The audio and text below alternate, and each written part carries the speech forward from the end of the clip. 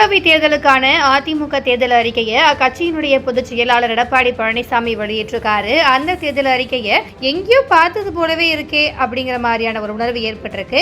அட, திமுக அறிக்கையிலையும் இதே தாங்க இருந்துச்சு அப்படின்னு சொல்லிட்டு வராங்க நெட்டிசன்கள்.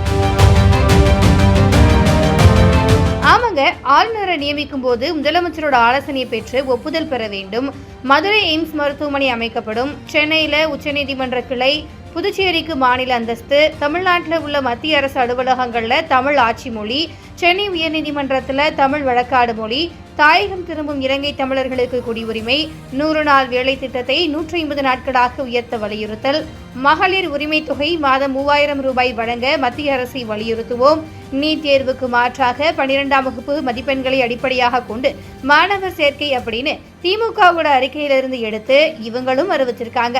இதோட சேர்த்து மொத்தம் 133 வாக்குறுதிகளை அள்ளி வீசி இருக்கு அதிமுக. தேர்தல் அறிக்கையில கொடுத்திருக்கிற வாக்குறுதிகளை கொண்டு 2 திராவிட கட்சிகளும் சாத்தியமாக்குமா அப்படின்னு யோசிச்சு பார்த்தா அதுக்கு வாய்ப்பே இல்லை அப்படிங்கிறது தான் நிதர்சனமான உண்மை. இந்தியா கூட்டணி சிதைந்துள்ள நிலையில இந்தியா கூட்டணி ஆட்சிக்கு வருவது அப்படிங்கிறது கேள்விக்குறிதான். அப்படி இருக்கையில திமுக தன்னுடைய தேர்தல் அறிக்கையில குறிப்பிட்டிருக்கிறத நிறைவேற்ற வாய்ப்புகளும் குறைவாதான் இருக்கு.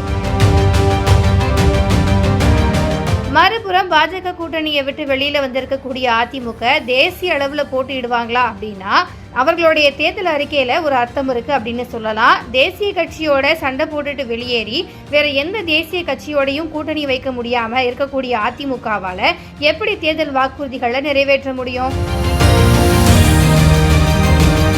ஆக 2 திராவிட கட்சிகளோட வாக்குறுதிகளும் முழுக்க சாத்தியமே இல்லாத வெறும் கண் துடைப்பு வாக்குறுதி தான் அப்படின்னு தெள்ள தெளிவா தெரியறதா அரசியல் விமர்சகர்கள் சொல்றாங்க.